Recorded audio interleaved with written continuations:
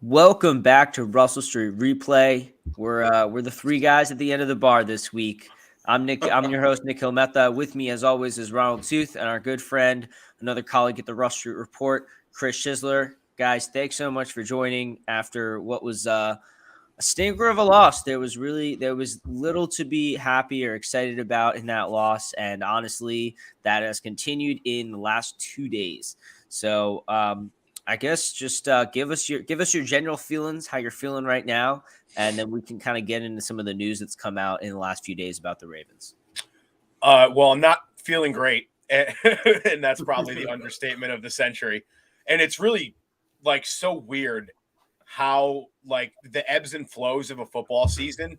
Like, we were feeling so great coming off that gritty win against Pittsburgh. I mean, it wasn't perfect, but it was very Ravens. We're like, who knows? Maybe this is the one that keeps them on track. There's no way things could go wrong next week in Cleveland, right? Well, as we saw, it did, and then some. It was bad, and we'll get into it all here. I won't start the ranting early, but I'm not feeling great at the moment personally. What about you, Chris? I'm not going to scream into the void. I'm not going to yell. I did all the yelling in the entire world on Saturday. I'm good. I'm not feeling this Ravens team. I'm not feeling the way they're going about it. I'm not feeling the dismissing tone of John Harbaugh in his press conferences. And I'm certainly not feeling the fact that, I don't think anything's ever going to change. This is an organization that preaches continuity so much, and I'm starting to feel like that's just an excuse not to have results. I'm a little done. I'm a little cooked. Put a fork in me. If I have to watch one more Ravens game where I see it coming before it happens, and it happens, I'm gonna lose it. And you all know that feeling of fourth down. John Harbaugh's gonna go for it, and you just know we're not gonna get it. Like, the entire stadium knows we're not going to get it. The players probably know they're not going to get it. Players on the other team definitely. We've seen the movie before, and I'm at the point with the Baltimore Ravens where I just want to watch a different movie. All right, so not great is the assessment I'm getting. Yeah, I would have expanded there, but I figured, just as we go along in the show, it'll all come out anyway. Well, I'm trying not to get too negative too quick, but I don't have positive to say. Yeah. Today got, I wouldn't say better, just, I don't know, more. Like, I don't. Is it worse? Can you qualify it as worse at this point? Like, no, it's lateral. More, it's a lateral. We can get to what you're talking about. But a Patriots lateral. Yeah, right. It's a Patriots lateral. Yeah, very much so. Good. Devin Duvernay going down with a foot injury that's thought could be significant. The Ravens, as I thought would be kind of funny if they did claiming Sammy Watkins. Well, they did claim Sammy Watkins, and he's back on the Ravens now, which best receiver on the roster. Let's go. The one other team that was like this offseason that was like your quarterback has no targets. They acquired a few targets. They did something, like they went out and did something, and it's kind of working. And then Watkins was just kind of the mentor there and seems to have done a good job. And I don't know. It's like maybe the best non-Odell free agent we could have signed, but it doesn't mean I'm like woohoo about it. We also signed Mike Thomas, not that Mike Thomas, to the practice squad. So it's a lateral move, and at this point, it's a Patriots lateral because you see the ball going in the air, and you kind of feel like you know where this is headed. So I don't know. I mean, do you guys have any reactions to that news beyond like at this point you've already been stabbed 100 times, so what's one more? Yeah, that's pretty much it. Duvernay's had 13 catches over the last 6 weeks. He's been essentially a ghost, even in the returning game. A lot more fair catches than we're used to. He just hasn't really looked all that great. So yeah, decision making's been weird. Yeah. So you're not really, I mean, I hate to say you're not losing much because that kind of dehumanizes the players in a way. But in terms of just statistically on the field, I mean, you're getting a guy who already knows this offense front and back. I mean, We replaced defensive coordinators this year, not offensive coordinators, unless he just totally forgot everything he learned last year, which I highly doubt. I think it'll be fine. If anything, it may even provide a slight like 0.01 boost in the actual receiving game. But besides from that, yeah, I don't, it doesn't really move the needle one way or the other for me personally. Chris?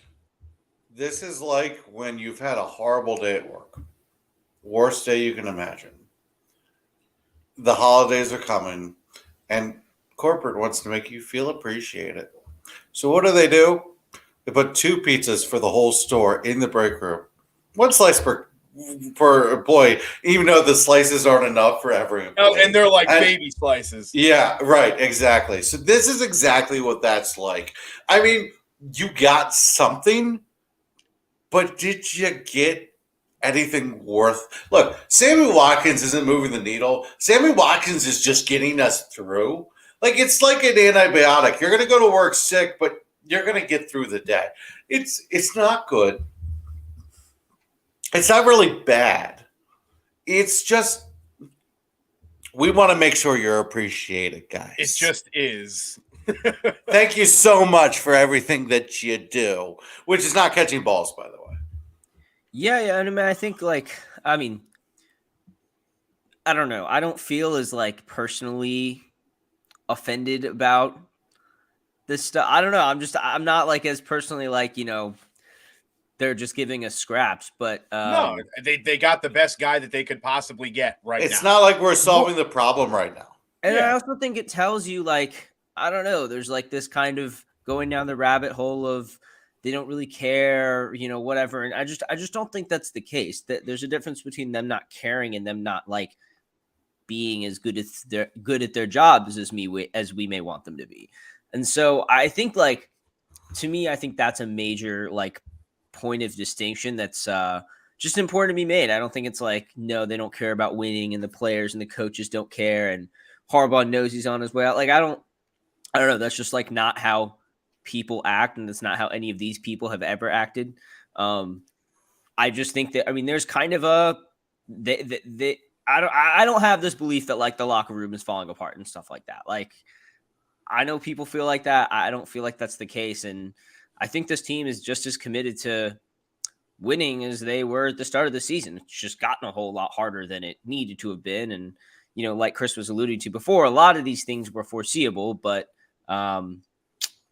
I think that's where the why aren't you doing your job properly frustration comes into it. But I think that's really only case for really specifically Harbaugh and Roman right now that are really the 2 key people. There are players not executing. We talk about that, but I think those are the 2 key people that the rest of the season is going to come down to. I think in talking about, our big question for today was do you think this team can still make the playoffs and make any noise in the playoffs? And, as much as you want it to come down to your players, I think it weirdly comes down to, Harbaugh's ability to do something and Roman's ability to just not make fewer mistakes, or Harbaugh's ability to take the power to make mistakes away from Roman. And I think that's where my frustration, now I'm ranting, my frustration is starting to go towards Harbaugh instead of just Roman, because he's supposed to be the guy.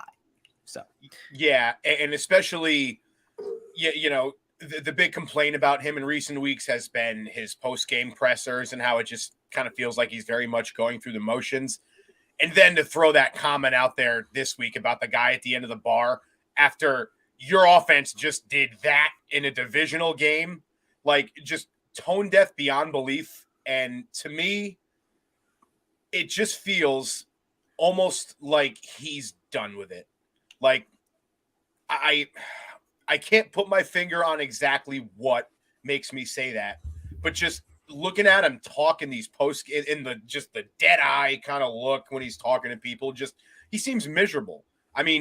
Anybody can get up for losses. You can save me the videos after the Pittsburgh game, who's got it better than us. Yeah, it's easy to do that when you win a game, but it feels like every time they lose, it's just the same. And I know coach speak, it is what it is, but it feels a little turned up this year. I don't remember John Harbaugh feeling like such a cookie cutter coach at the end of every game every week. And again, like I said, to make that guys at the end of the bar comment as if nothing that we're saying is warranted when you just threw the ball 38 times for like 120 or 30 times for 128 yards.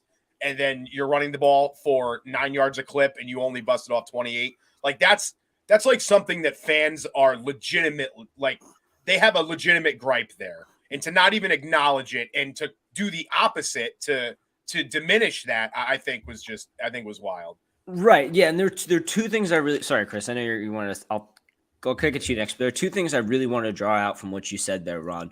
One is him making the comment about the guys at the end of the bar isn't coach speak. It's not anything like he loves concealing. They like misleading. They misled like crazy leading up to the draft. And it worked for them to a certain extent. So that I don't mind because I'm used to it. Like he coach speaks. He doesn't like giving, certain updates. He doesn't like giving things away, whatever. I think a lot of coaches, truthfully, pretty much every coach is like that. And that's kind of the one thing. So he changes from that coach speak into leaning into and talking about a narrative, which is something that I've hated. I've always hated. I don't think that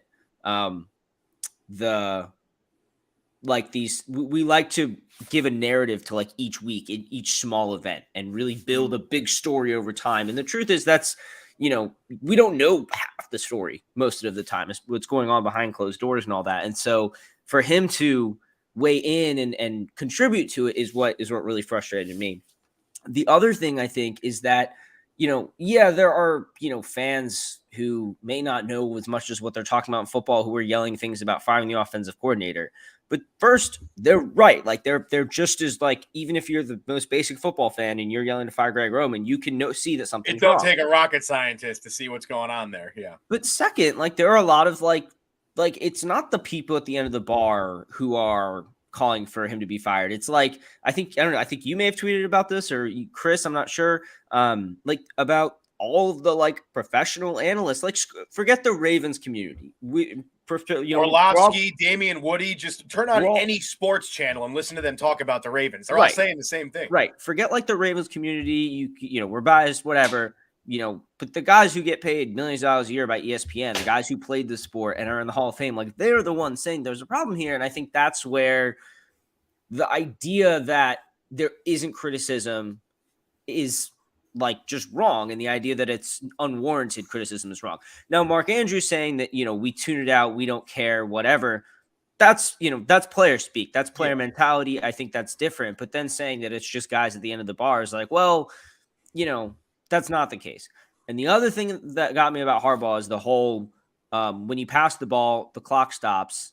And when you can't complete a pass, but you don't throw to the sidelines, and a 4-yard completion means everything is running just as fast as the run, or just as long as a run, if not longer, because the receivers go on different routes and have to come back to the line. Whereas on a run, typically everyone's staying closer to the play. So that was just another football point that I was like, that's where I'm getting frustrated is when it's like, it's not coach speak. It's just like BS basically. Yeah. And really quick before you go, Chris, I just have to add to that. I gotcha. It comes off as almost patronizing to the fans. You know what I mean? Like, do you really think that all of us who watch so much football and who like dedicate so much of our time to this, not even the people like us who write about it and cover it, even just like average fans, do you think that explanation flies? Oh, well, it's the fourth quarter and we're down points, so we can only throw. Like, dude, that is a high school football coach mentality. If that is real, and that's like, and yes, obviously on the surface, that is a like it's a warranted idea when you take every ounce of nuance out of it. Take the nuance out that they threw for 138 yards on the day, whatever the hell it was. It was really bad considering the number of passes. When you take out the fact that J.K. Dobbins was cranking out 9 yards per clip on the ground, like, yeah, just absolutely mind-blowingly patronizing and fraudulent. And if it wasn't fraudulent, then there's some other questions that have to be answered this offseason. And now, Chris, I cede the floor to you. Thank you, sir. And I want to say that both of you hit very much on what I wanted to say. I have 4 points. that just keep ringing in my head.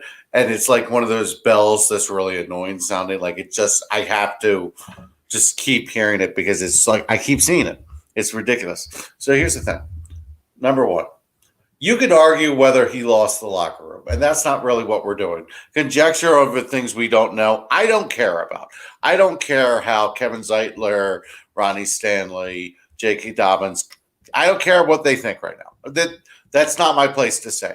What my place to say is, as an observer, I am very much thinking that the Baltimore Ravens are losing the fans. I went to the Buffalo Bills game earlier this season, and it felt like I was in Buffalo. M&T Bank Stadium hasn't been the same for a while. And when you say the guy at the end of the bar, you're insulting all the people who are stuck with it. All the people who are frustrated that the stadium isn't louder. The Ravens are the stalest organization in the world. They are like a bag of Lay's potato chips. You ever open it up? 30% air, 20% chips that taste like they should, and the rest just suck. I'm sick of it, okay? They're Lay's potato chips. I don't care. It's ridiculous. The number two thing, I think, is none of these things are hard to see. When you're averaging 9 yards per carry with J.K. Dobbins, keep feeding J.K. Dobbins. You're going to gain more yards with Dobbins than you are with Tyler Huntley.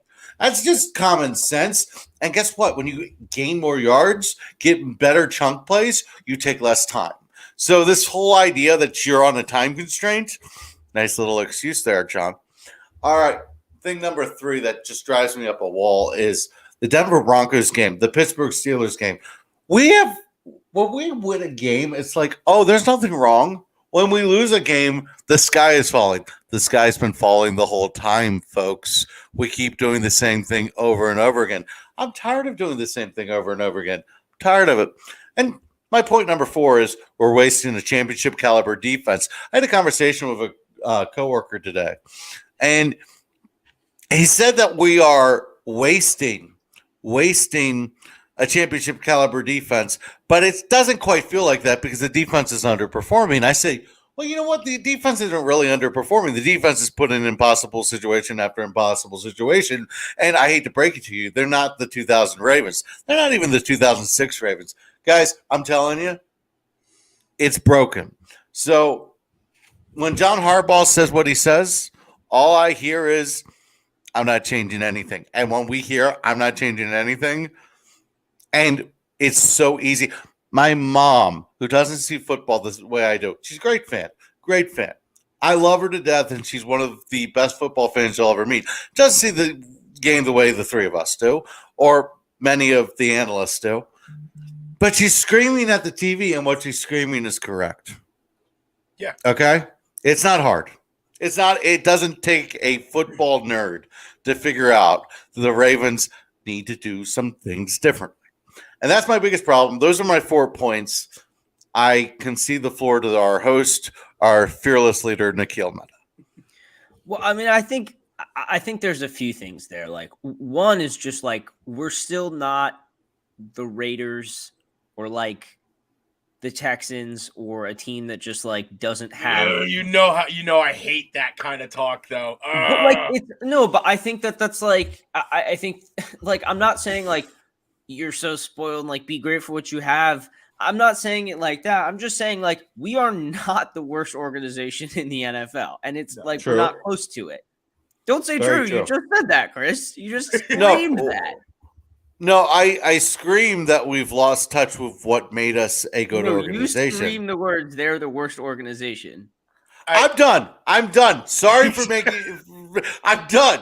We need to change. This is my point. They're not the worst organization.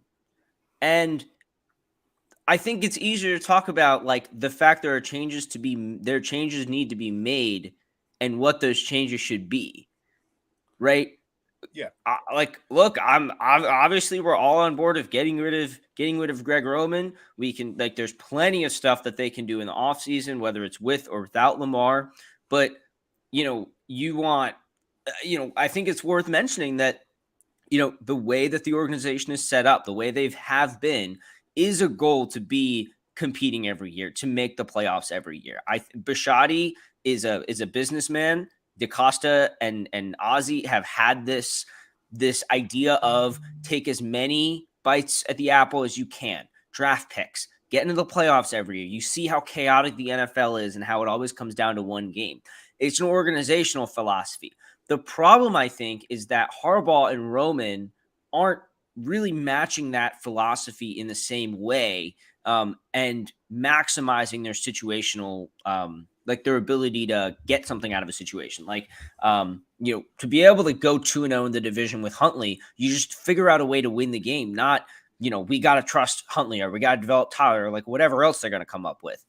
And I think it's that incongruence between what the general manager is trying to build and what the coach and his offensive coordinator want to put on the field. And so, because I don't want to get into the whole like all in, win now, whatever conversation. That's more of an offseason conversation for me. But because I like the Ravens approach. I like pushing for the playoffs every year. I like trying to be competitive every year. But the way I think they're going about it is incongruous. The things don't fit together. And to me, that's where the organizational change needs to happen. They're wonderfully ahead on so many things. Analytics, they're so far ahead on analytics. They've been very far ahead, I think, on at least accruing draft picks in a way that isn't like that, and trading assets in a good way. It's not always the draft pick, and scouting is a different area, but in terms of accruing assets, they've always been good at that.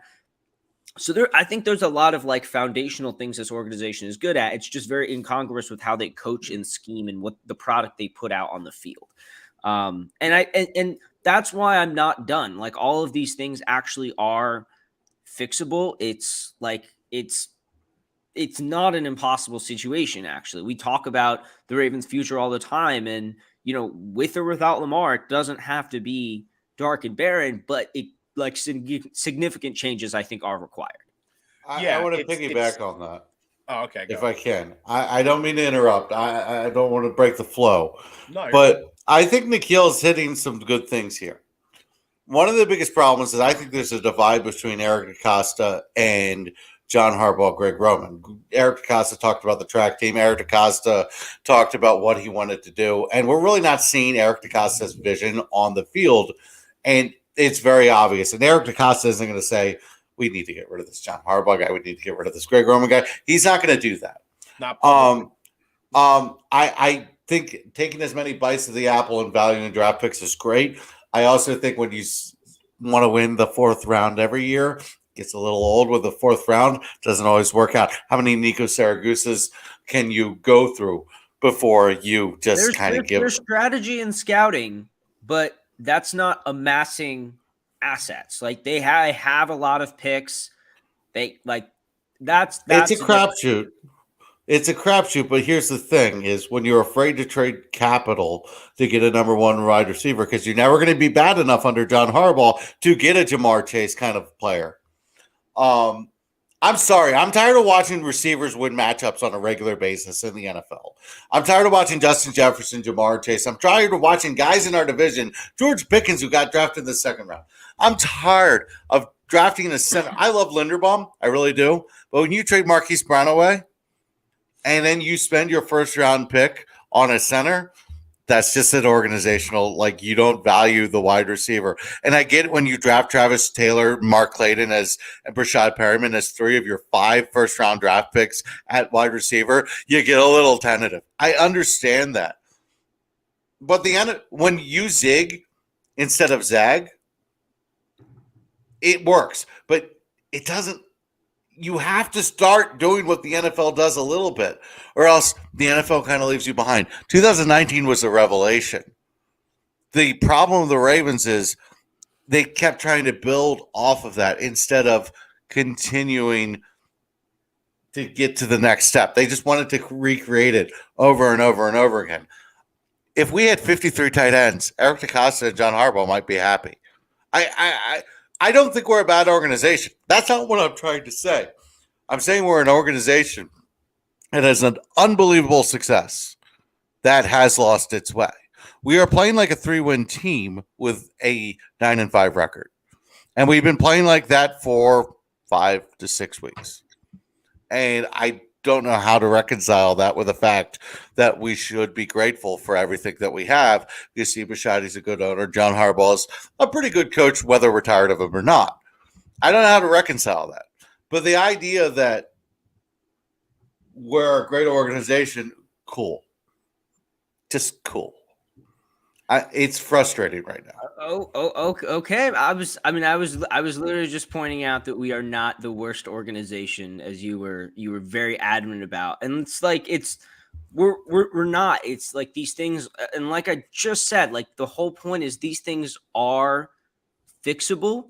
I mean, if you don't think they're fixable, then I don't know what the point is of caring about it. Quite frankly, like I don't know.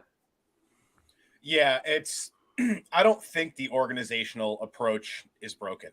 I mean, Eric DaCosta is still showing that he wants to be aggressive. I mean, he traded a second-round pick for Roquan Smith this year. Like, hopefully we can keep him around, but who knows at this point? Everything else feels like it's in flux, so we can add that situation to the mix too. No, I disagree. There's 0% chance he leaves. I agree. I was more just. We're keeping Roquan Smith. I agree with Nikhil. Yeah. I think it is, and I don't mean to sound like redundant, but I think it is just that disconnect between the coaches and Eric DaCosta. If John Harbaugh had an offensive coordinator that was willing to, throw three receivers out there and run spread all game, I think we would have big time receivers. Whether it's continuing to try to hit them early in the draft or going to get one of those guys, but when you have an offensive coordinator who throughout his entire career has been stack boxes, has been three tight ends, has been run out of heavy sets, it doesn't make sense to go out and get all these guys that are going to be on the field for what, like 50% of snaps each individually. If we're running two tight set or two wide sets, even one wide sets all game. So it's, yeah, I think it really all just comes down to that one kind of, let me think how to put it, the emphasis on organizational stability and how the rope that Roman has been given over these last few years, and the way that, it's just kind of become sort of like we just accept it, like, oh, this is their offense under him, and that's all Eric DaCosta can do too. All he can really do is continue to try to build that style until that style isn't there anymore.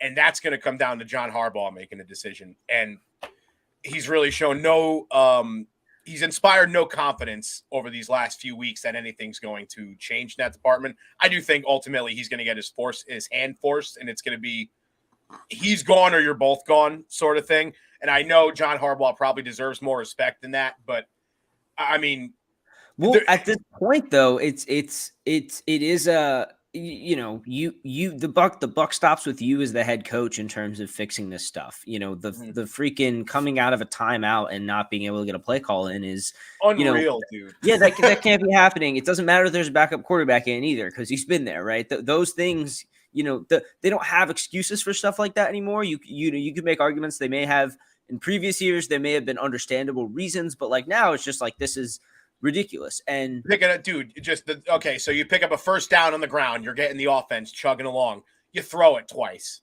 You run the ball on first down, you got 2nd and 5, you throw it twice in a row. Like, sorry. Yeah, no, and so I think that's why listing more examples to your point. Well, and that's why it goes up the chain. It goes up, if Roman is not going to do something to change what's going on, then Harbaugh has to do that. And if Harbaugh doesn't do it, then the next guy up the chain from him has to make that change. And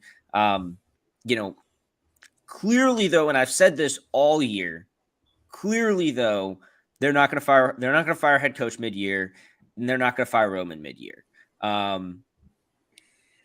I think it's you don't fire a guy with 9 wins. You don't fire a guy with 9 wins. Also true. I know this. I agree. Look, I would do it. I would fire Roman. I probably would have done it a few games ago, or I would have tried to convince him to take some kind of demotion, but take the main bulk of the play calling duties out of his hands and change the system. But I think it's also one. I think if they'd go with a coordinator change this offseason, which you almost expect them to do at this point, it's an overhaul type system overhaul. It's not just promoting James Urban and then using Greg Roman's system. And so I I think that's agree. part of the other reason, which is don't install someone interim who doesn't know the system as well and maybe can screw it up worse, and then just fire Roman and replace him in the offseason with the proper process. Again, that's the way the Ravens like to do things, and so that's where I think this is headed.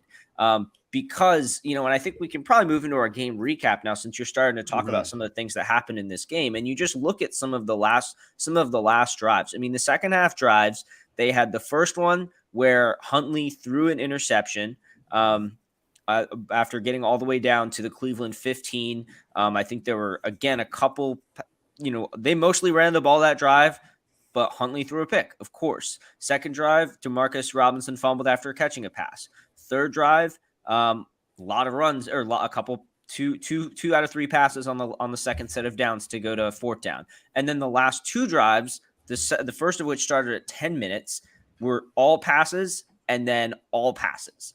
That to me is just, a complete abdication of what this, Roman builds the rushing offense. DaCosta gives him the stuff of the rushing offense. Roman doesn't use the rushing offense. Like that to me, it's also just like what is happening here kind of moment. It's just complete inconsistency on concurrence between how your roster is built, what you claim to want to do, how you play and what you do well, and then what you play call.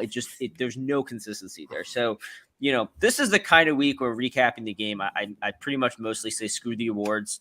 I'm not saying that no Raven really deserves like awards, Raven of the game, play of the game, but like there's just nothing that I'm excited enough about to go into. So I want to skip directly ahead to the back to practice award.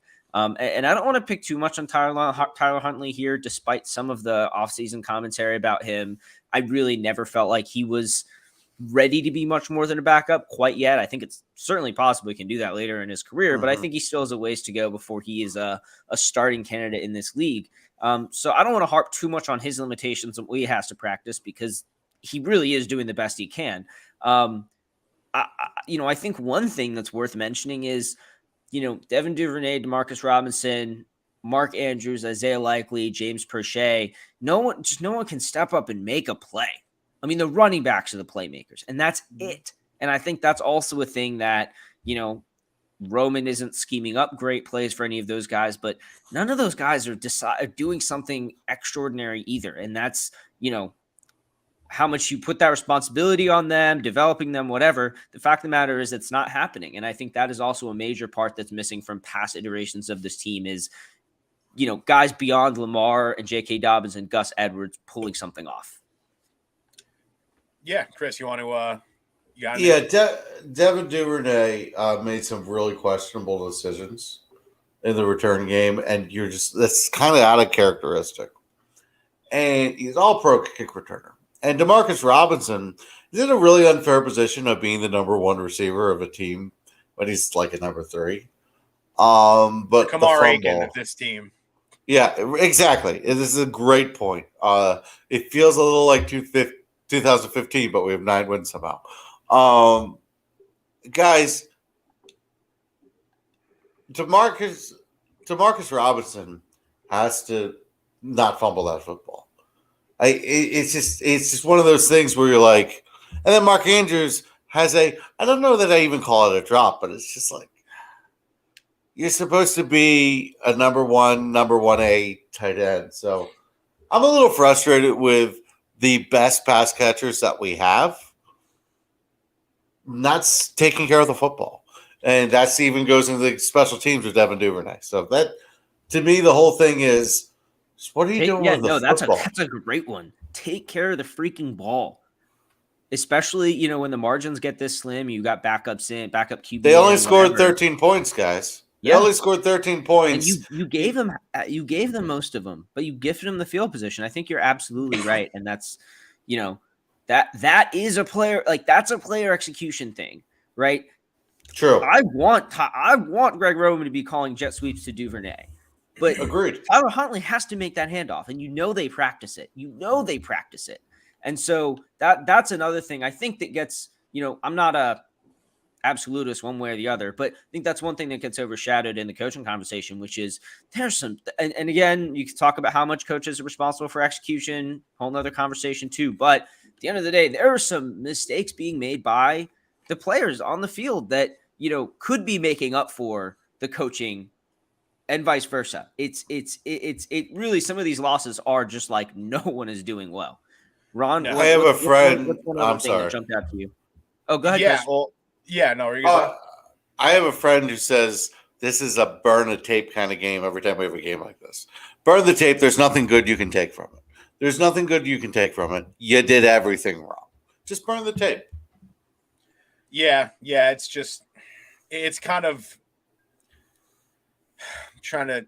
So I think it's definitely an issue. The guy's not getting open and all that stuff, but it's representative of more the bigger issue with the offense. If it's almost like a chicken or the egg thing, it's like, are guys not getting open because the routes aren't good, or are they getting open because they can't get open? But to me, like both of those things have to work. Both of those things have to work for an offense to function at the level that we expect from like an offense that, with Lamar can be very good. The fact is there are just too many times where neither of those things are working, I would say. Yeah, and like you see the Duvernay handoff, like they've fumbled on that numerous times now over the last few games. Like that's where it comes back. That's where it leads me to believe that it's more of a coaching thing, because it's like it happens once. It's like, okay, these things happen. You come out and you do it again the next game. Like that's your coach is not having you ready. That's not emphasizing that play enough. So I think it's, I think like Glenn Clark had a tweet about that, and he mentioned like, I will never understand how it's Roman's fault that guys are dropping passes and stuff. And I quote tweeted it, and I was like, yeah, I know my house is on fire, but I can't tell why my damn mailbox isn't at a 90-degree angle. It's like it's focusing on the like such a small problem while not almost giving a pass to the one right behind you that's like 10,000 times bigger. So guys got to step up for sure. But at the end of the day, we're talking about the James Proches and we're talking about Duvernays, guys who like are at best fringe wide receiver threes in the NFL. So I can't really put it on them all that much as I put it on a little bit of the front office, but not quite as much, because going back to the conversation we had before about how Eric DeCosta is just trying to bring in guys that fit what they want to do as a coaching staff. So it's not good. The guy's not getting open and that stuff, but it's much more an indication of what's going on schematically and everything wrong with it from the off season up to now. Yeah, I don't understand. I don't understand how Isaiah Likely isn't a bigger threat of this offense. I'm sorry, I keep interrupting. I feel bad, but Isaiah Likely, you guys bring it up. That was, that's kind of my point. Is like the two things. Duvernay just went to the IR, by the way. Who? Great. Devin Duvernay's on the IR. Oh, great. Well, that's fun. Devin Duvernay is season ending. I'd imagine so. We've only got 3 games left. 3 games. Oh, true. So maybe there's a playoff return, like long time. But yeah, no. So I mean, like I think like that's kind of the thing is, it is a chicken and the egg problem, but the answer is both, not neither. Like the answer is both, not one or the other.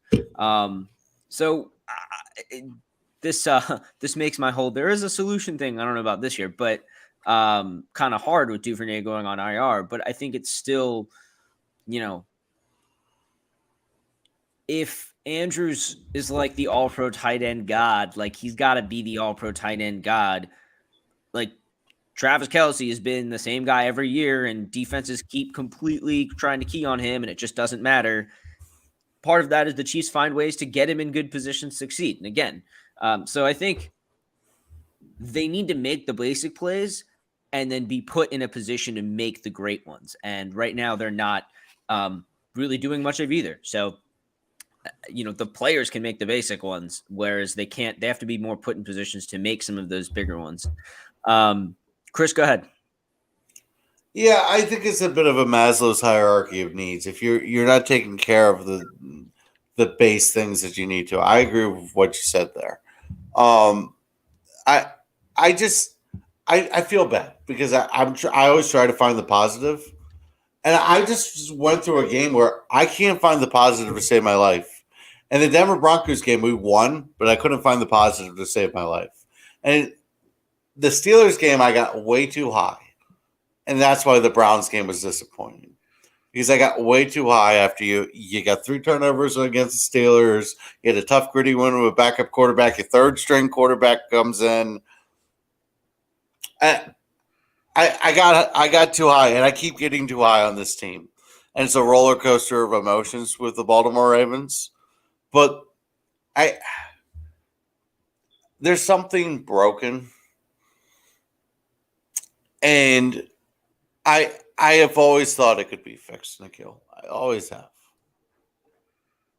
I am giving up on the idea that this season we have an answer. And with the uncertainty that comes with the offseason. Now, I'm not trying to talk about the offseason here. That's not the topic. But with the uncertainty that comes with Lamar, Roquan, Greg Roman, John Harbaugh even. I just need a reason. I just need to know what to put my eggs in the basket for. Okay, maybe this really was just me. I feel like Ron and I talked about it, but like we came into the season with the knowledge that this team's ability to compete was going to rest on injuries and injury luck. And like not only was it Stanley, Dobbins, Edwards, like these injuries carried into this year have significantly limited these guys this year. Then you lose additionally Bateman and Duvernay. You lose Lamar for multiple games. Stanley goes down again for 2 games in the middle of all this. Like Zeitler, just go down the list, man. Zeitler misses, and even Zeitler missing a game. If Peters misses another game or 2, like those things would be a little bit more blows. The body blows, they add up. No, but like even then, those would be like a little bit more normal. And like, okay, you lose Peters for a few games. You lose. I'm trying to think of who else has missed a few games. We even like losing Michael Pierce and Kyle Fuller Marcus Williams. Kyle Hamilton's been banged up at times. Like, yeah. So I guess, I mean, if you came into this year if you came into the year expecting the Ravens to lose their top 2 wide receivers, Lamar for a significant amount of time, Dobbins and Gus playing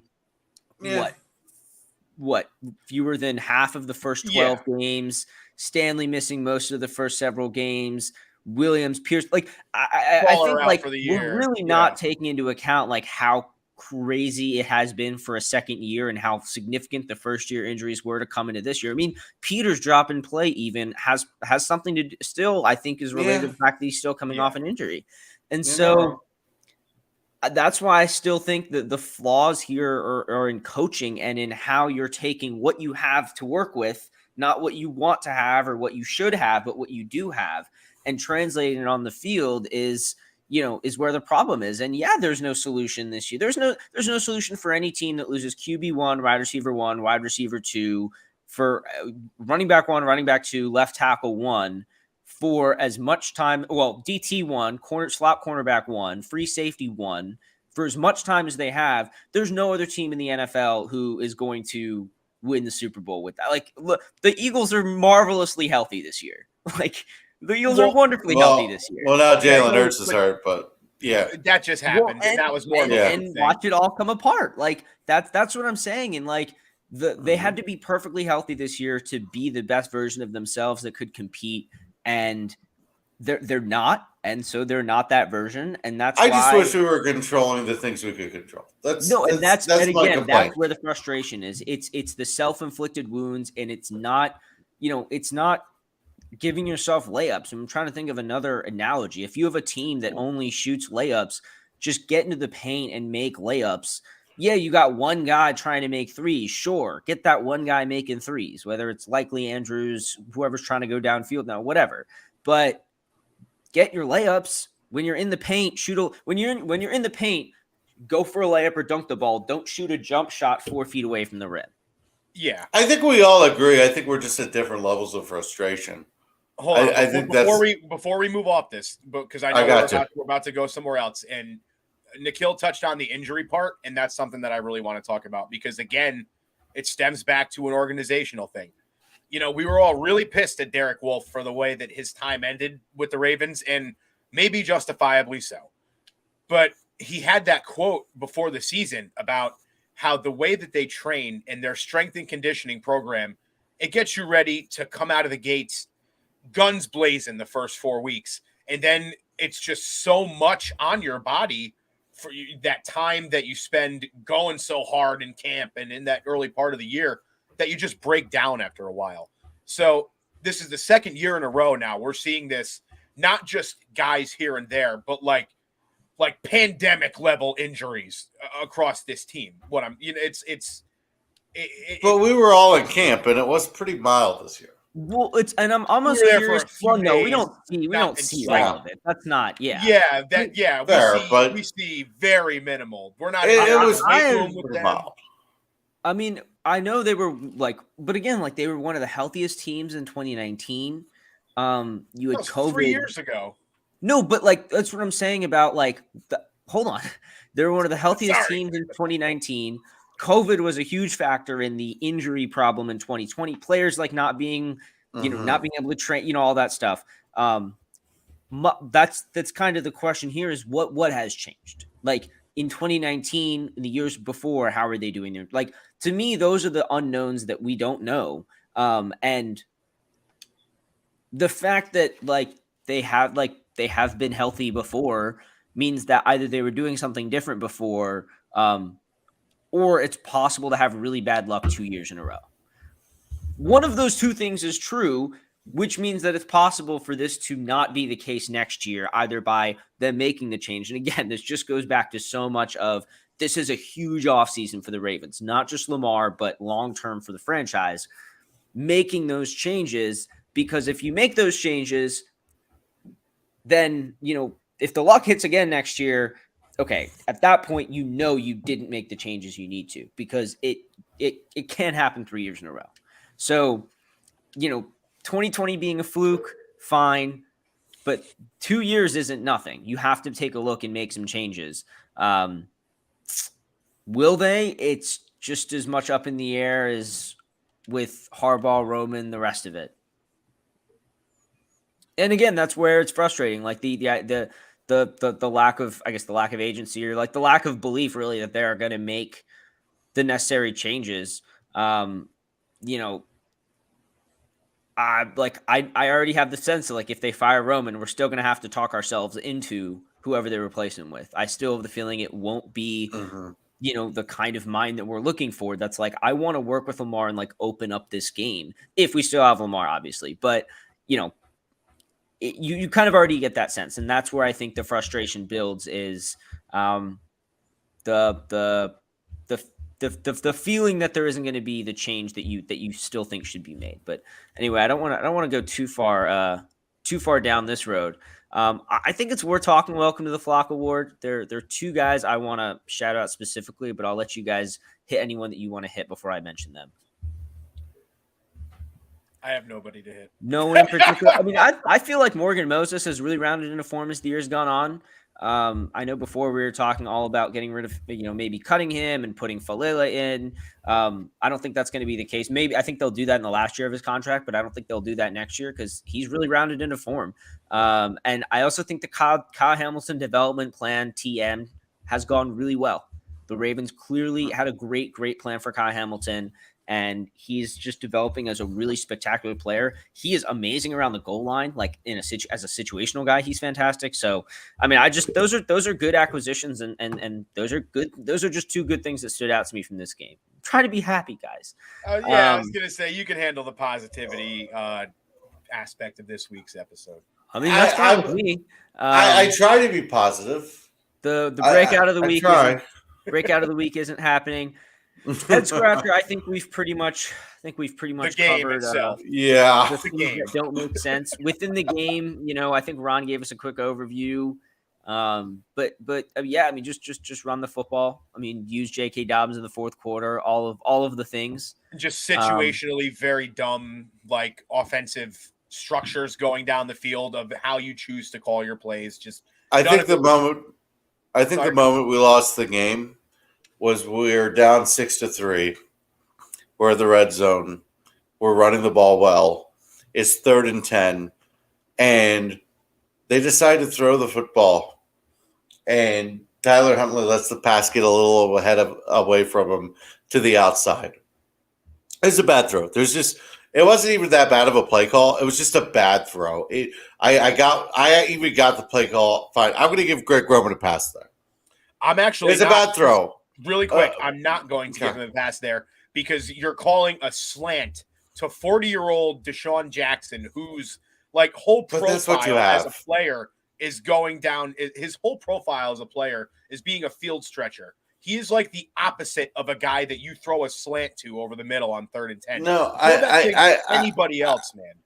I get it. I agree. He's never been a big like play through contact player. Like that's just never been his game. But my point is, if you keep the ball on the ground and you have a 4th and 4, you kick a field goal. It's a 6-6 game, and it's a completely different landscape.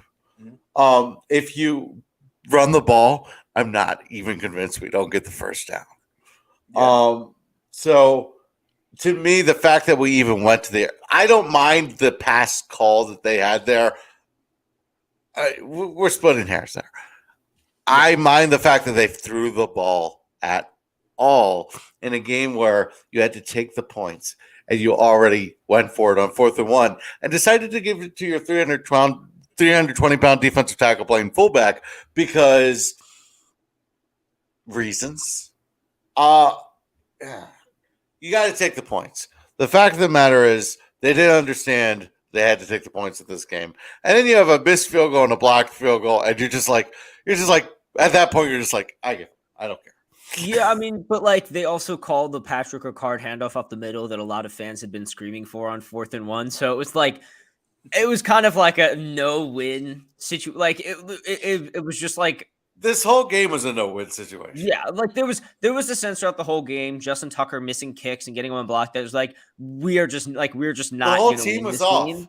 Yeah, I've never seen a game where the whole team was completely off together. Well, the defense was there. They just to create any splash plays, but the defense couldn't give up anything, so they couldn't be aggressive and they couldn't play loose. They were in no man's land. Yeah, and so it was just that kind of game, and I think weirdly it's what Marlon Humphrey said after the game about he was like, this is we're almost the entire team's playing terribly and we're like in the game until close to the end, and that's still the case for this team. There's a very clear ceiling, but I don't think they're just laying over and playing dead. Back to the categories, I think our comeback player of the week is pretty obviously J.K. Dobbins. I mean, he just continues to look incredible, even though he's still not at full speed. Patrick Ricard also owned this week. Obviously stopped running the ball, so we couldn't own at the end of the game, but he was just destroying blocks. And I think that brings us kind of looking forward to next week. I mean, I think the Lamar Jackson didn't practice today. I do not expect him to play against the Falcons on Saturday. Personally, I expect him to be back in the new year against the Steelers and the Bengals. It's a bad Falcons team. It's a home game. It's a win again. Even with what's going on, it's a winnable game. You're playing a rookie quarterback without any weapons. You have a hungry and very, very good defense. You have what should be a good special teams unit that had one off week. It's really a question of not making the same exact mistakes they made against the Browns. If they don't make the same exact mistakes they made against the Browns, they can win this game. But as we all know, there's nothing Greg Roman likes more than making the same exact mistakes. So that's more or less what I'm expecting from the Falcons game. I'm not really expecting I still think I don't know if I'm expecting a win. I'm not expecting a win. I guess I still think they very capably can win. But it really comes down to learning the lessons from last game and taking points when you have to. I think taking points, I've said this before. I think this is going to be a case where Harbaugh has to take points more. I said this when Lamar went down. He's going to have to take the points more. I know there's we're not going to be down here that often argument, so we should get as many as we can. But to me, if it's a 4th and 1 anywhere outside of the 15, the 5, 10, the 5, I would say maybe the 10. And even then, when you're at the 10 and it's a 4th and 1, you're going to have to go from first to goal. But when you're the worst of red zone team in the league, we're one of the top. I know exactly. Bottom 10 red zone. Unless it's genuinely going to give you a better chance at a touchdown, just just get the points. If it's a 4th and 1 at the 30-yard line, just kick the field goal. It's very easy because you still have to go 29 yards after getting the first down. And I love that Harbaugh tries to show like the trust and faith in the different sides of the ball at different times in the game. But you have to be honest with yourself about what your team really is right now. So 4th down is very different with Lamar and Tyler Huntley. It's a very different conversation. Yep. And I think that, this game will come down to learning from those lessons and not getting too caught up in the big narratives about jobs and firings and really just hunkering down and trying to keep a football game alive. I think we'll end up winning. Yeah, I mean, you'd expect them to. It's this is one of the few games that we could play right now where Tyler Huntley is the more experienced quarterback. So like that alone, that alone gives you a bit of a leg up. The game script should lend itself to more passing. If it doesn't, and we're sitting here down in the 4th quarter again, and he's slinging the ball all around, I think there's going to be poster boards laying outside the castle, not just little pieces of paper saying "Fire Greg Roman." Surprised we didn't touch on that once throughout this entire show, by the way. But nonetheless, like you would hope and expect that they win, but it's more telling of where they have the fan base right now that nobody actually feels that way. Even 5 weeks ago, this game was like cakewalk, you know what I mean? And like it's just the difference a month can make. And at this point, I'm just praying they can make it out with a win. Yeah, that's pretty much perfectly said. There's nothing more to add. I think we'll get the turnovers we need to win this game, but I don't think it's going to be pretty. And that's pretty much every game the rest of the way, except the Bengals game, where if we play like we're playing, we're just done. 13-9, baby. Let's do it. Yeah, well, 13-9 it is, and I hope that the Ravens can at least come out with a win, keep the playoffs hope alive, because have yourself a merry little Christmas. Score 13 whole points. Call me a sucker, but with this defense and Lamar Jackson, I think getting to the playoffs is just get there and see what happens. I think I'm not saying always you want to get there. No, but I'm saying like get there, and if Lamar is in, you can actually get excited about seeing what happens. If it's limping in, and I agree. Lamar, I agree with come that. back or anything like that, like at that point, just shoot me. Like put Old Yeller Lamar's down, the ultimate X factor. Right, but if this defense with Lamar Jackson gets into the playoffs, it's a brand new ballgame. Have fun, enjoy it. It may be the last time we see Lamar Jackson in Baltimore. That's on the table, and I think that if let's enjoy it. Let's get through Atlanta, and let's try and enjoy the rest. Thank you guys for joining me as always, and thanks to everyone who tuned in. Be sure to like and subscribe if you can.